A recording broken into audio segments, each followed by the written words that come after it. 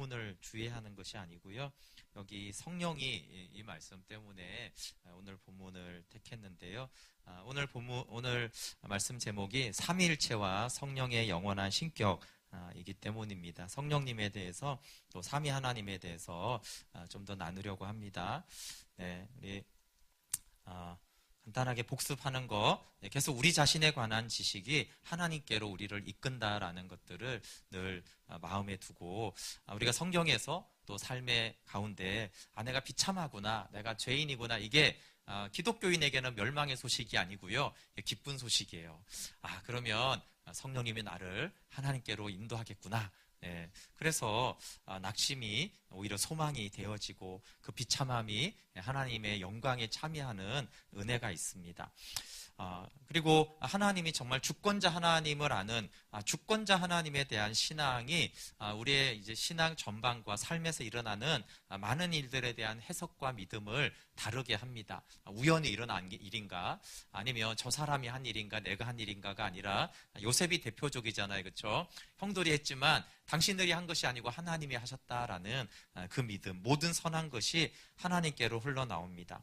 그리고 성령님에 대해서 정말 성령님이 함께하지 않는 이 성경은 죽은 글이 되고 독자들을 죽인다라고 하는 이 말씀을 좀 마음에 둘 필요가 있습니다. 성령님 없이 성경을 많이 보고 많은 설교를 듣는 것이 사실 오히려 우리의 영혼을 죽이는 역할을 할 수 있기 때문에, 우리가 심지어 인터넷으로 들을지라도 성령님 이 말씀을 제가 잘 깨닫게 해주세요라고 늘 성령님을 의지하면서 말씀을 들을 때 이게 생명이 되고 양식이 되고 하나님께로 우리를 인도하십니다. 네, 삼위일체 하나님에 대해서 계속 나누고 있는데요. 삼위일체는 하나님은 한 본체이시며 이 본체 안에 삼위가 존재한다, 이 말인데요. 특별히 이제 그리스도의 신성에 대해서 살펴봤습니다. 우리가 예수님은 하나님이시다 잘 알고 있지만 좀 막연하게 알고 있다거나, 하나님은 하나님이신데 성부 하나님보다는 좀 뭔가 작은 하나님이 아닌가, 이렇게 생각할 수 있기 때문에 전혀 성경이 그렇지 않다는 것이죠. 그래서 사도들이 유대인들이었는데 그들이 예수 그리스도가 자신들이 항상 경배한 그 유일하신 하나님이라는 것을 고백했습니다. 그래서 그러므로 결국 그리스도께서 바로 여호와이신 것이다 라고 지난번에 말씀을 나누었고요. 예수님도 내가 그다라는 이 말씀을 통해서 요한복음 8장 28절에 내가 그다라는 것은 나는 이다라고 하신 출애굽기 3장 14절에 그 하나님이 나다라고 계시한 것이죠. 그래서 구약에서 거룩한 하나님, 여호와 하나님, 주권자로 경배받은 분은 성자 하나님 그리스도이십니다. 그래서 창조주 만군의 여호와 하나님, 그럴 때요 성부 하나님만 떠올리면 안 되고 성자 하나님, 아들이신 하나님도 동시에 고백하는 것이 맞습니다. 그래서 좀 원래는 이것이 성부, 성자, 성령인데 당분간은 우리가 좀 여호와 그럴 때, 하나님 그럴 때 자꾸 이제 예수님을 좀 생각하면서 기도하고 찬양하고 그렇게 한번 해보세요. 그것이 성경에서 말하는 삼위 하나님의 온전한 신앙 고백이기 때문입니다. 그런데 우리가 또 성령님이 하나님이라는 것을 알지만 좀 더 성령님은 또 성부 하나님보다는, 예수님보다는 하나님이시지만 뭔가 조금 또 이게 그 영광이 부족하지 않은가라고 할 수 있기 때문에 오늘은 성령의 영원한 신격에 대해서 잠시 말씀을 나누려고 합니다. 성령님은 이렇게 예수 그리스도만큼 많이 성경에 계시되고 표현되지 않아요. 왜 그렇죠? 성령님의 특징은 그리스도를 드러내시잖아요, 그렇죠? 그래서 성령님은 자기를 드러내지 않는 하나님이세요. 그렇기 때문에 성령님이 이렇게 성경에 많이 나오고 성령은 이런 분이다, 성령은 이런 걸 하셨다라는 것들이 다소 이제 작지만 그것이 뭐 신격이 떨어지거나 어떤 권능이 없거나 역할이 적어서가 아니라 드러내지 않는, 오히려 성령님이 오히려 아들을 계시하고 아들을 드러내기 때문에 그렇게 된 것이죠. 예수님도 그랬죠. 예수님도 어떤 표적을 행했을 때 하나님께 영광을 돌렸더라 이렇게 돼 있어요, 그렇죠? 예수님이 기적을 딱 행하시면 야, 예수님께 영광을 돌렸더라 이렇게 안 돼 있고 하나님께 영광을 돌렸죠. 그 말은 예수님은 하나님 아버지를 드러내시는 분이시고 성령님은 아들을 드러내시는 분이세요. 그래서 그리스도만큼 많이 있지는 않지만 성경에서 성령님이 하나님이시고 그분의 영원한 신격이라는 것에 대해서는 충분히 그래도 우리가 알 수가 있습니다. 먼저 성령님은 창조주세요. 그렇죠? 창세기 1장 2절에 하나님이시는 수면에 운행하시니라 그렇게 말씀하시면서 그 하나님의 영이 운행했다라고 하면서 혼돈으로부터 이제 이 지구를 만들어 가시잖아요. 그렇죠? 근데 창조주이시면서 성령의 능력으로 만물에 생명을 주시고 운동을 주시고 유지시키시고 보존시키시는 그 모든 일들을 성령 하나님이 하시기 때문에 성령님은 확실히 하나님이십니다.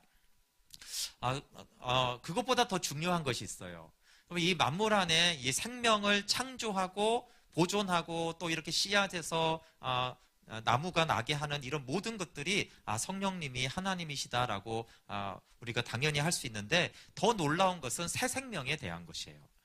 거듭난 생명, 영원한 생명, 하나님의 자녀된 생명과 저 나무의 생명과 동물의 생명은 차원이 다르잖아요. 그렇죠? 그래서 이 새 생명이 훨씬 높은 차원의 생명이죠. 그런데 누가 거듭나게 하냐 하면 성령께서 우리를 거듭나게 하시는 거예요.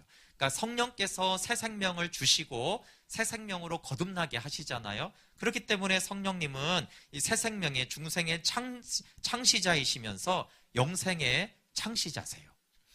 그러니까 이 지구를 창조한 우주를 창조한 분도 하나님이신데 그거보다 더 높은 영원한 차원의 생명을 태어나게 하시고 또 자라게 하시고 하나님을 알게 하시는 분이 성령님이시기 때문에 그분을 어떻게 우리가 생각해야 되는가라고 했을 때 성령님이 하나님이 아니라면 그런 일을 할 수가 없는 것이죠.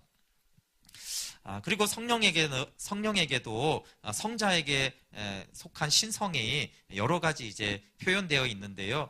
먼저 고린도전서 2장 10절에 성령은 모든 것 하나님의 깊은 것이라도 통달한다. 이 하나님의 깊은 것을 안다라고 했을 때 마치 이것은 하나님의 모사가 되는 것과 같아요. 근데 감히 피조물이 하나님을 알 수도 없고 하나님의 모사가 될 수가 없죠. 그리고 출애굽기 4장 11절에 보면 하나님만이 지혜와 말의 재능을 주세요. 이 모세에게 한 말이거든요. 그런데 성령님은 우리에게 지혜를 주시고 말의 재능을 주십니다. 그래서 지혜가 부족하면 성령님께 구하고 말을 왜 이렇게 못하지? 그러면 하나님이 이 말의 재능을 주시는 분이세요. 우리의 칭의, 우리의 거듭남도 성령의 역사이시죠. 그래서 우리의 능력, 또 우리가 성화되어져 가는 것, 그리고 진리와 은혜, 그리고 일체의 선이 다 성령님으로부터 옵니다. 왜 그러냐 하면 모든 은사의 근원이 한 분 성령님이기 때문에 그래요. 우리가 은사라고 했을 때 그걸 꼭 방언이나 이런 병 고치는 은사만 생각하면 안 되고 은사는 선물이에요. 그렇죠? 그래서 하나님으로부터 오는 모든 좋은 것이 은사거든요. 우리가 방언만 받으면 그 은사 받았다 그게 아니라 하나님이 아까 말한 지혜를 주셨다. 그 지혜가 선물이죠. 우리가 뭘 해서 받지 않은 모든 것은 선물이에요. 사실 구원도 믿음도 선물이라고 하잖아요. 그렇죠? 이게 내가 뭘 해서 얘가 믿은 게 아니고 하나님이 준 모든 것은 선물인데 은사가 하나님이 준 선물이란 뜻이에요. 근데 이 은사의 모든 근원은 성령님이시기 때문에 그래서 우리가 일반적으로 생각하는 은사만이 아니라 진리를 우리가 알게 된 것, 은혜를 받은 것, 우리가 성화되는 것, 권능을 받은 것, 이 모든 선물들은 성령님으로부터 온 것입니다. 고린도전서 12장 4절에도 은사는 여러 가지나 성령은 같고 이렇게 말씀하면서 은사는 여러 가지가 있지만 한 분 성령님이 주신다라고 하시면서 이것이 성령님이 그냥 어떤 매개체로 하나님이 주는데 어떤 성령을 매개체로 성령님이 주는 통로가 아닌 것에 대해서 고린도전서 12장 11절을 보면 알 수 있어요. 한번 같이 읽어볼게요. 시작. 이 모든 일은 같은 한 성령이 행하사 그의 뜻대로 각 사람에게 나누어 주시는 것이니라. 성령님이 은사를 주시는데 모든 선물을 주시는데 우체부 배달부가 아니라는 거예요. 성령님이 각 사람을 성령님의 뜻대로 성령님의 의지대로 성령님의 결정으로 이 은사가 모든 것이 주어진다라는 것이에요. 그러니까 성령 하나님은 뭐 성부 하나님이 뭘 하는데 우체부처럼 배달해주는 어떤 그런 매개체나 영이 아니라 그냥 이 은사를 만들어서 이것들을 그의 뜻대로 주는, 그래서 계속 창조자이면서 영생의 창시자이면서 그의 뜻대로 하늘에 속한 선물들을 나눠주시는 분이세요. 그래서 모든 은사의 시초와 원천이고 모든 은사의 창시자라고 할 수 있어요. 그러니까 믿음을 만드는 건 아닌데, 예를 들면 믿음을 아버지께 받는 게 아니라 성령님이 그 믿음의 창시자가 되셔서 우리에게 믿음을 주신다, 이런 뜻이에요. 그것은 하나님의 신성이시죠. 그래서 바울은 아주 명백하게 성령님께 신적인 능력을 돌리고 그가 삼위 하나님 안에 실제로 머무신다라고 가르쳤습니다. 그리고 성령님의 신격에 대한 성경의 증거들을 계속 여러 가지 볼 수 있는데, 성령님이 하나님이라고 지칭하는 것을 회피하지 않습니다. 그러니까 성령님은 하나님이다 이렇게 딱 나오진 않죠. 그렇지만 고린도전서 3장 16절을 보면 우리가 하나님의 성전인 것과, 그렇죠? 하나님의 성전이에요. 근데 왜 하나님의 성전인 건가에 대해서 하나님의 성령이 우리 안에 거한다는 거예요. 그러니까 하나님의 성령이 우리 안에 거하니까 우리가 하나님의 성전이다라는 말이 무슨 말이에요? 성령님이 하나님이라는 것이죠. 그리고 6장 19절에 가면 이렇게 3장 16절에 하나님의 성전이라고 했는데 6장 19절에 보면 성령의 전인 줄을 알지 못하느냐 그랬어요.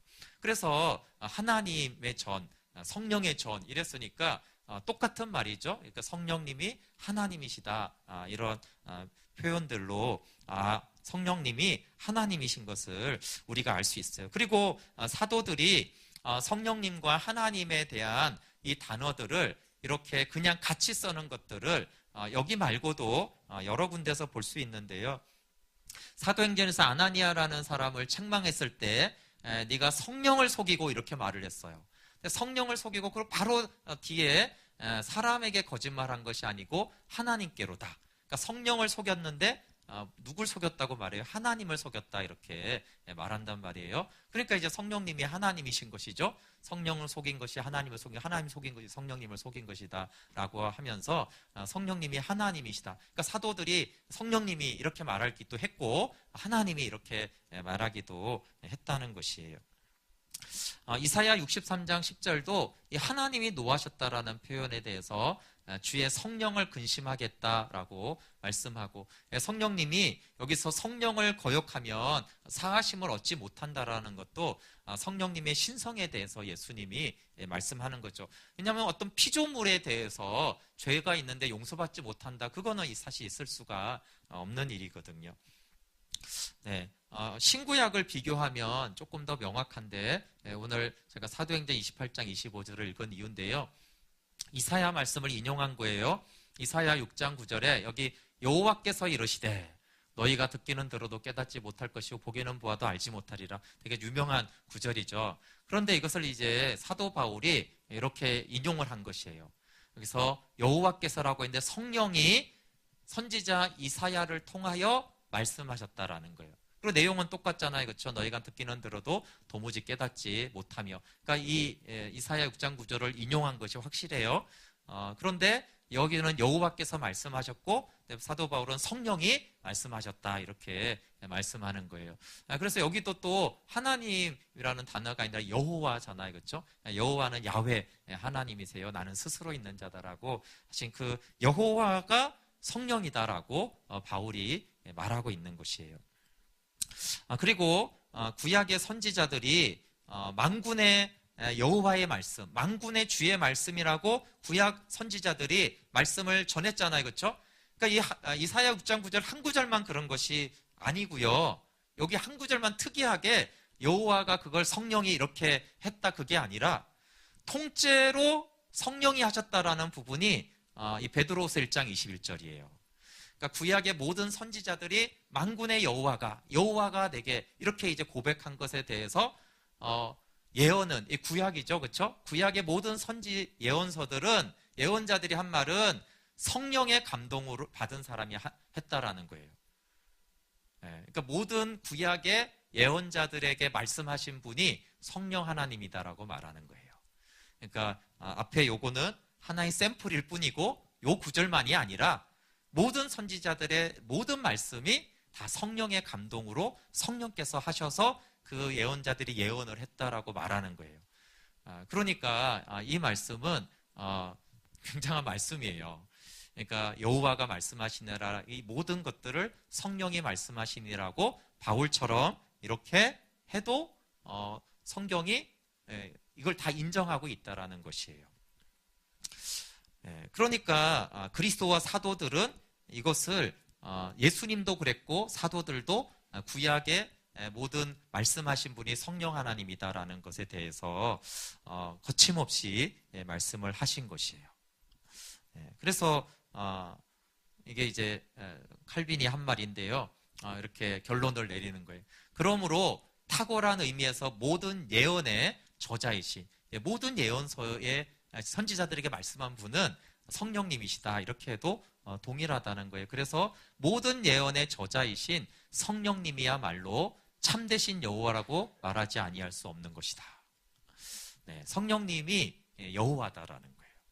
그래서 우리가 구약에서 여호와라고 했을 때는 성부 하나님을 가르칠 때도 있고 성자 하나님을 가르칠 때도 있고 성령 하나님을 가르칠 때도 있어요. 또 어떤 말씀은 성부, 성자, 성령 하나님을 우리가 고백하고 말씀하는 것이, 그래서 여호와께서 말씀하셨다라고 했을 때 성령님이 말씀하셨다, 이렇게 똑같은 고백으로 받아들여도 되는 것이에요. 그래서 성령님은 여호와이시죠. 그래서 성령님의 신적 권위와 능력과 영광은 성부와 동일합니다. 그래서 우리가 성령님이 임재하셨다, 성령님이 내게 임하셨다, 성령님이 내게 권능을 주셨다라고 생각했을 때 그냥 우체국처럼 생각하면 안 된단 말이에요. 만군의 여호와 하나님이 임재하셨구나. 성령님이 내게 찾아오셨다면 그 만군의 여호와 하나님, 창조주시오 영원하시며 만군의 여호와 성령님께서 나에게 오셨구나, 나와 함께 하시는구나, 그분이 나에게 은사를 주시고 선물을 주시는구나. 그러면 물론 하나님이 작은 것도 주실 수 있죠. 그러나 그분이 주실 수 있는 권능과 능력과 은혜에는 무한성이 있는 것이에요. 그래서 마치 성령님을 어떤 방언이나 예언하거나 병 고치는 이런 너무나 제한된 어떤 것만 주는 것으로 하는 것은 성령님을 어떻게 보면 그것이 성령님을 높이는 것 같지만 그것은 사실은 성령님을 너무나 그 신격을 모독하는 것과 같아요. 그래서 칼빈도 성령을 하나의 영이나 은사로만 생각하는 것은 신성모독이며 광란에 빠진 것이다 그랬어요. 그냥 그럴 수 있다가 아니라 그 광란이 뭐예요? 미친 짓이다, 이런 말이에요. 성령님을 하나의 영이나 은사 정도로 생각하는 것은 그건 미친 짓과 같고 신성모독과 같은 거룩하고 영광스러운 만군의 여호와 성령님에게 할 수 없는 모독과 같은 것이다라는 거예요.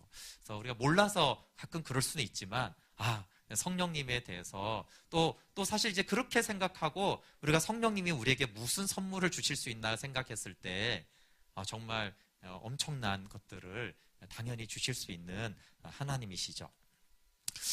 역사적으로는 마케도니우스파가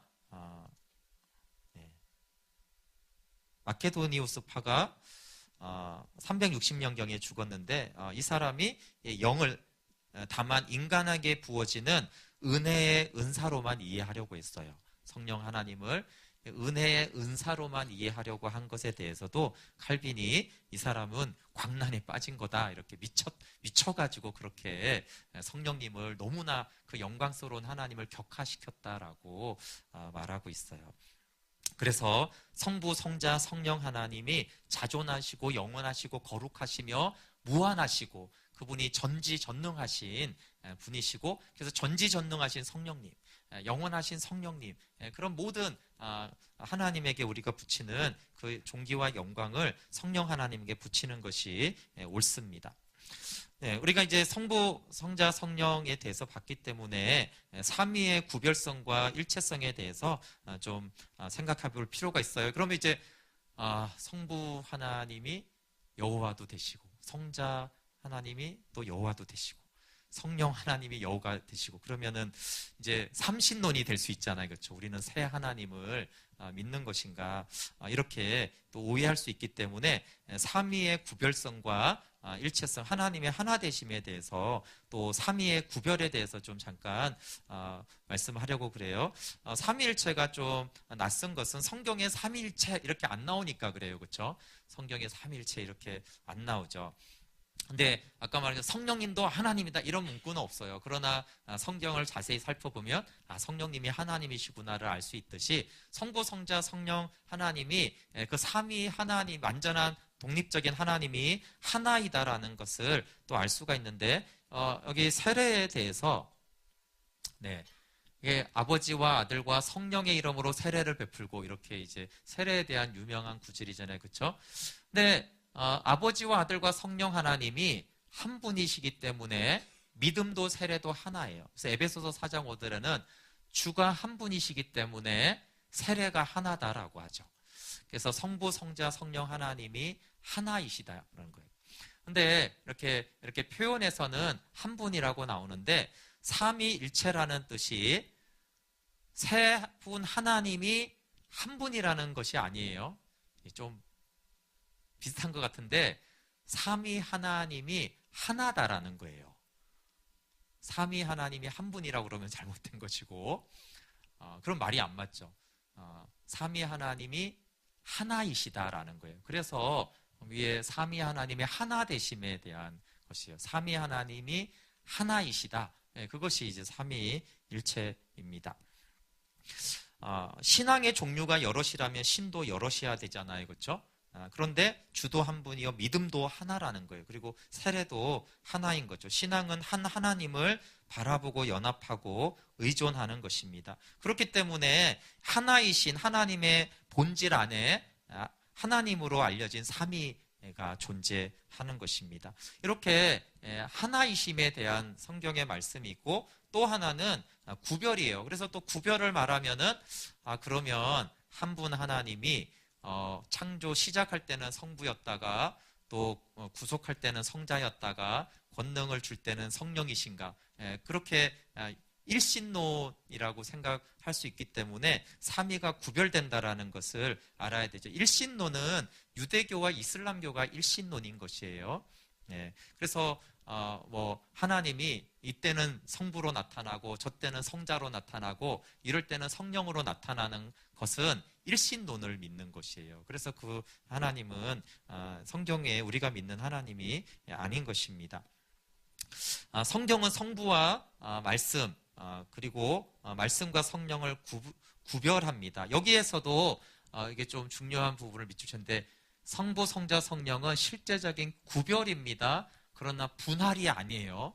또 단어가 조금 분명히 할 필요가 그래도 있습니다. 구별되는 것이지 분할 아시죠? 분할 이렇게 쪼개는 거, 그것이 아니라는 것이에요. 말씀이 성부와 다른 분이 아니라면 말씀은 성부와 함께 할 수 없잖아요. 그렇죠? 그래서 구별되죠. 말씀이 성부와 구별되지 않으면 성부와 더불어 아들이 영광을 함께 누릴 수가 없잖아요. 그렇죠? 그래서 지상으로 오신 분은 성부가 아니라는 거예요. 근데 일신론을 믿으면 하나님이 성부가 창세전에 하나님이셨다가 어느 때에 그 하나님이 육신으로 성육신 하셨다가 죽으시고 부활하셔서 이런 식으로 이제 하는 것은 일신론이라는 것입니다. 그러니까 지상에 오신 분은 성부가 아니라 성부에 의해서 보내심을 받은 바로 그분입니다. 그래서 성부는 죽지 않았고 부활도 하지 않았습니다. 이런 구별은 성육신 때 일어난 것이 아니라 창세전부터 성부와 성자는 구별되십니다. 그래서 본래 아버지 품속에 있는 독생하신 하나님, 창세전부터 아버지와 아들은 독생자는 구별되셨습니다. 그리스도는 성령을 아버지로부터 나오시는 진리의 성령이라고 하심으로써 성령이 성부와 구별된다라고 해서 아버지가 보내는, 그러니까 이제 아버지와 성령이 구별되죠. 그리고 성부가 다른 보혜사라고 말을 했기 때문에 성령이 예수님 자신과 구별된다라는 것들을 또 말씀하셨어요. 예수님이 보혜사고 또 다른 보혜사라고 했기 때문에 성령과 아들은 구별이 되어집니다. 성부와 성자와 성령의 차이점에 대해서 칼빈의 생각에는 비유를 드는 것이 위험할 수 있다라고 했어요. 그래서 비유를 들으면은 이해가 쉬운데 삼위일체를 설명할 때는 비유를 안 들어요. 그냥 비유를 들다가 보면 오히려 원래 설명을 쉽게 하려다가 오히려 이제 삼위일체 하나님을 오해하게 할 수 있기 때문에 그렇습니다. 그러니까 이제 구별은 되시잖아요. 그럼 구별만 되고 뭐 똑같은 일을 하시나 똑같은 속성인가 그러면 똑같은 어쨌든 구별만 되지 다 똑같은 하나님이냐? 그렇지 않고 성경에는 이런 식으로 이제 구별이 된다라는 것이에요. 성부는 일의 시초가 되시고 만물의 기초와 원천이 되신다. 그러니까 성자는 지혜고 계획이며 만물을 질서 있게 배열하신다. 성령님은 그와 같은 모든 행동의 능력과 효력이다. 이렇게 완전하게 이렇게 딱딱딱 구분되는 건 아니에요. 그런데 성경 전체에서 성부, 성자, 성령께서 함께 일하시는데 이런 부분을 이제 경륜적 삼일체라고 그래요. 이런 단어를 꼭 알 필요는 없다고 생각하는데 그러니까 내재적 삼일체라는 말을 들을 수 있는 내재적 삼일체는 뭐냐면 존재로 하나이신 삼위 하나님을 말하고요. 경륜적 삼일체는 일하시는 구속사 창조하시고 구원하시는 어떤 일을 하시는 삼위 하나님의 하나 되심에 대해서 말씀하고 있어요. 그래서 이렇게 성부는 이런 일을 하시고 성자는 이렇게 하시고 성령은 이렇게 하신다라는 것을 경륜적 삼위일체라고 말을 합니다. 한문을 써가지고 말이 어려워요. 영혼에 있어서 그런데 이제 이 부분에 대해서 성부와 성자와 성령의 차이점에 대해서요. 영혼에 있어서는 먼저니 나중이니 하는 것을 찾아서는 안 됩니다. 왜냐하면 영혼이라는 것 자체가 시간을 초월한 것이지 시간 안에서나 먼저와 나중이 있는 것이지 영혼에서 먼저와 나중의 개념이 없는 것이에요. 그래서 누가 먼저냐? 그 영혼에 대해서 따지는 것은 먼저 아니라는 것이에요. 그래서 성부의 영원성은 또한 성자와 성령의 영원성이기도 합니다. 그런데 그러면 이제 순서를 생각하면 안 되느냐라고 했을 때 칼빈이 순서를 생각해도 된다는 거예요. 그것은 성부, 성자, 성령이 순서적으로 존재하거나 일하기 때문이 아니고 우리의 인간의 사고 구조가 그렇게 돼 있었기 때문에 그렇게 생각해도 된다. 근데 우리의 사고가 그렇다고 해서 하나님이 순서가 있다 이렇게 생각하는 것은 아니라는 얘기를 이렇게 말하는. 그래서 먼저는 영원성은 동일하다. 그러나 성부가 먼저 생각되고 다음으로 성부로부터 성자를 그리고 마지막으로 성부와 성자로부터 성경을 생각하게 되기에 삼위의 순서를 고찰하는 것은 필요하다. 우리가 삼위 하나님을 부르거나 하나님께 나아가거나 그렇게 할 때는 이렇게 고찰하는 것이 필요하다라는 것이에요.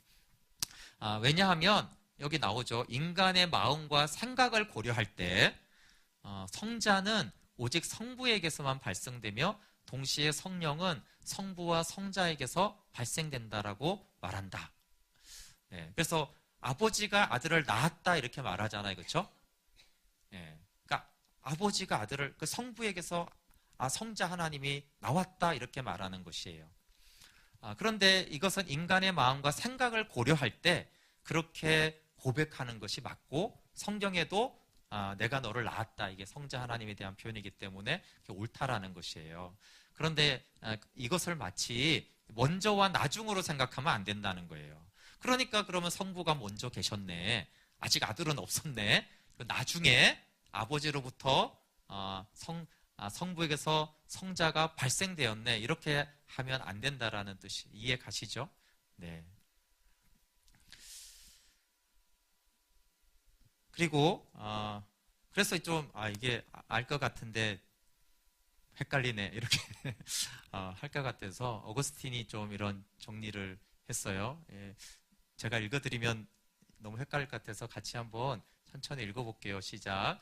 그리스도는 자신에 대하여는 하나님이라고 불리며 성부와의 관계에서 생각될 때는 성자라고 불린다. 그리고 성부가 자신에 대하여는 하나님이라고 불리고 성자와의 관계에 생각될 때는 성부라고 불린다. 일단 여기 이해되시죠? 그냥 성부 성자의 관계와 상관없이 하나님이라고 할 때는 그리스도는 하나님인 거예요. 그리고 성부도 하나님인 것이에요. 근데 관계에서 말할 때는 그렇죠? 성자고 성부라고 불리는 것이죠. 예, 그리고 뒤에 읽어볼게요. 시작. 그러므로 성부와 아무 관련 없이 단순히 성자에 대해서만 말할 경우 그를 가리켜 자존하시는 분으로 말하는 것은 매우 타당한 주장이다. 그리고 이러한 이유에서 우리는 그분을 유일하신 근원이라고 부르는 것이다. 네. 성자에 대해서만 말할 경우에 그를 자존하시는 영원한 하나님이라고 하는 것은 옳다는 것입니다.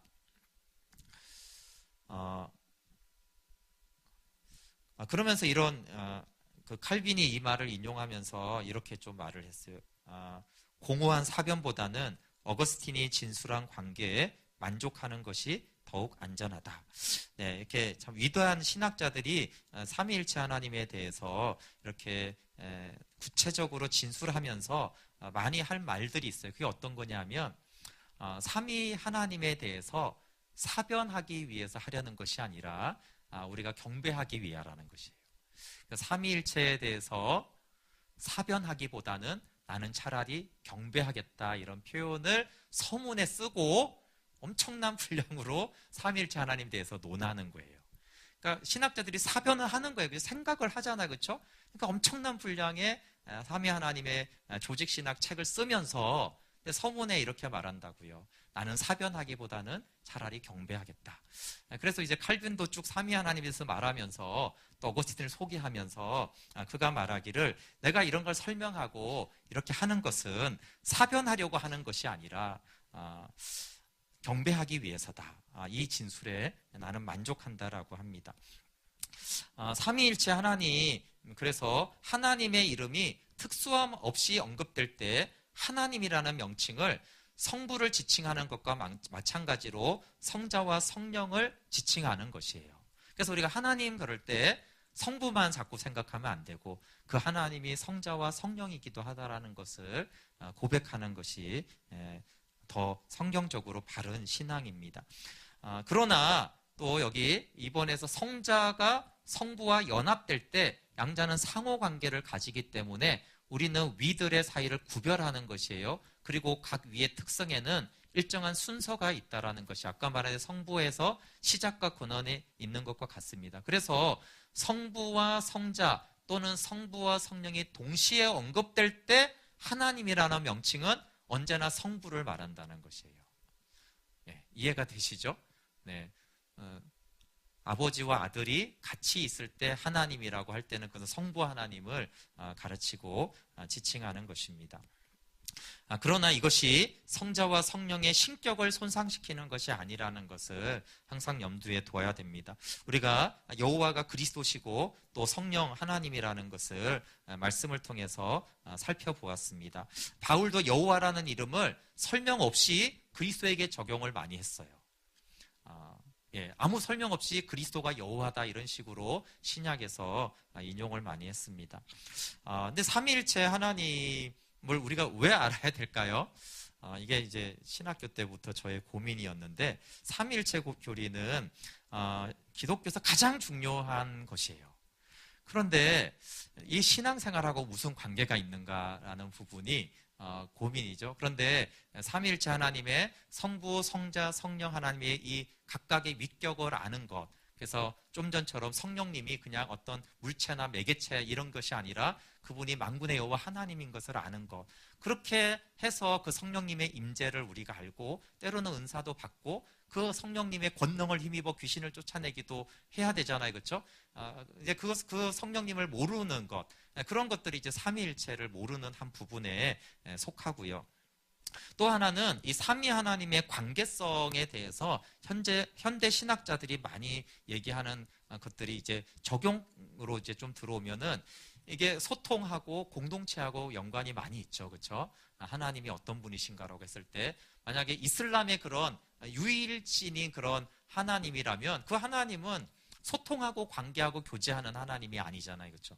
근데 우리 하나님은 삼위 하나님이시고 그 하나님이 사랑으로 하나이시기 때문에 그 하나님을 믿는 또 하나님의 영으로 우리가 충만한 자들은 관계하고 소통하고 하나가 되어지고 사랑하는 그런 것들이 있죠. 근데 이제 가장 좀 중요한 부분 중에 하나가 혹시 좀 더 이게 듣고 싶으시면 그 이동영 교수 이렇게 삼위일체 이렇게 쓰면은 유튜브에 자료가 많이 있어요.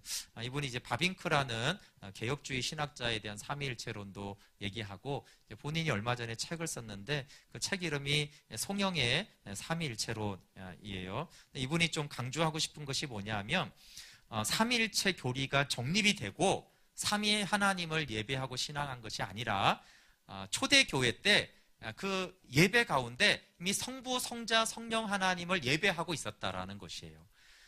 그래서 그게 이제 삼위일체에 대한 그런 삼위일체란 말이 없었지만 이미 초대교회 성부, 성자, 성령 하나님을 예배했기 때문에 그 삼위일체라는 이론 체계가 형성이 되었다라는 것이에요. 그래서 이것은 하나의 이론 체계야, 신학이야 이렇게 생각하면 안 되고 이것이 초기 교회 때부터 성삼위 하나님을 예배하고 경배하고 찬양하고 기도했기 때문이라는 것이에요. 그런데 이제 이런 것이 체계화된 이유 중에 하나는 이제 삼위 하나님에 대해서 잘못 말하는 사람들이 생겨난 거예요. 아까 말한 대로 성부, 성자, 성령 하나님을 예배했는데 어떤 사람이 성령님은 영이다 그냥 은사다 이런 식으로 이제 말하는 사람들이 생기고 마치 하나님은 아까 말한 대로 한 분이신데 어떨 때는 제가 목사였다가 집에 가면 아빠였다가 이렇게 하듯이 이렇게 이제 말하는 사람이 생기기 때문에 이것들을 이제 잘못된 것들을 이제 정립하기 위해서 이제 신앙 고백하든 그 하나님에 대한 신앙 고백과 기도를 체계화하고 정교하게 이론화한 것이 삼위일체에 대한 거라는 거예요. 그런데 지금 시대는 어떤 시대예요? 지금 시대 이단이 너무 많고 잘못된 가르침도 너무 많잖아요. 그러니까 아주 초기에 뭐 이런 거에 대해서 잘못된 하나님을 가르치지 않고 그럴 때는 이런 것이 정립이 안 되어도 예배 가운데 성부, 성자, 성령 하나님을 예배하고 신앙하고 그분의 사귐 안에 있는 것이 되어졌는데 성령님을 잘못 설명하기도 하고 아들을 잘못 설명하기도 하고 하니까 그런 것들을 체계화해서 그러니까 이 체계화는 결국 예배하고 신앙하는 그 하나님을 바르게 신앙하기 위해서 이 이론이 정립된 거라는 거예요. 그래서 좀 예수님이 너희는 알지 못하는 것을 예배한다라고 했는데 우리가 아버지와 아들과 성령님이 어떤 분이신지 모르고 이제 그분을 예배하고 기도하고 하는 것은 신앙이 이제 삐뚤어지거나 또 신앙이 온전하게 서지 못할 수 있기 때문에 이 삼위일체를 통해서 성부, 성자, 성령 하나님이 어떤 분이시고 또 그분이 하나라는 것을 잘 알아야 되죠. 그런데 이 삼위 하나님에 대해서 그 교수님은 찬양과 기도를 성부께만 드린다고 그러는데 꼭 그렇진 않고 찬양은 보면은 한국교회가 삼위 하나님께 드립니다. 그래서 아버지 사랑합니다, 경배합니다. 예수님 사랑합니다, 경배합니다. 성령님 사랑합니다, 경배합니다. 경배는 하나님께만 드리는 거거든요. 그러니까 삼위 하나님께 찬양도 하고 경배도 하고 예수님을 우리가 영광도 돌리고 이렇게 하잖아요. 그런데 초기 교회와 또 이렇게 바른 개혁주의에서 말하는 신앙에서 우리가 좀 한국 교회가 많이 놓쳐버린 것이 뭐냐면 기도예요. 기도를 성부 하나님께만 해야 된다고 생각을 해요. 제 기억에도 저도 그렇게 가르치는 것 같아요. 이 성경 공부 교재에 보면 기도 이렇게 나오잖아요, 그렇죠? 기도를 이렇게 쭉 기도는 이런 것이다 하면서 이렇게 표현을 해. 기도는 성부 하나님께 하나님 아버지께 성령 안에서 예수 그리스도의 이름으로 하는 것이다. 이렇게 이제 배워가지고 예수님의 이름으로 효력으로 기도의 대상은 하나님 아버지다 이렇게 생각을 해요. 근데 또 이제 우리가 습관적으로는 사실 교회 안에 주님 그럴 때 예수님을 생각하고 성자 아들에게 기도를 하는데 그게 전통 아주 바른 것이 아니라고 좀 생각하는 경향이 있어요. 기도는 예수님께 늘 하는데 대표 기도만 시키면 성부 하나님께만 기도하는 거예요.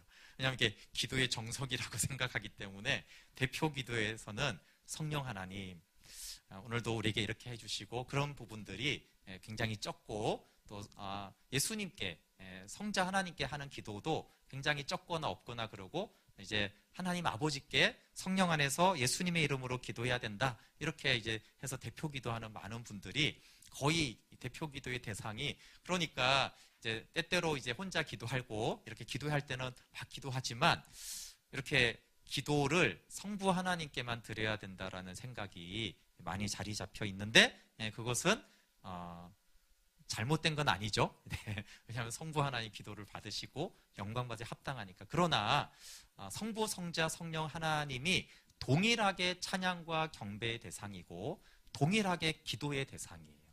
그것이 더 성경의 삼위일체 하나님을 신앙하는 기도와 찬양과 예배예요.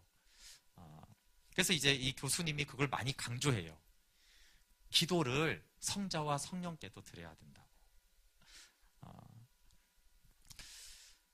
그래서 성삼위 하나님 이렇게 해도 되고 또 성부, 성자, 성령님 이렇게 기도해도 되고 또 아버지 이렇게 기도하고 한 기도문 안에 예수님, 성령님 이렇게 기도하고 간구하는 것이 더 바른 하나님이에요. 또 그렇게 하면서 이게 뭐 기도문을 그렇게 쓰라는 게 아니고 그렇게 늘 찬양과 기도를 한다는 것은 무슨 뜻이에요?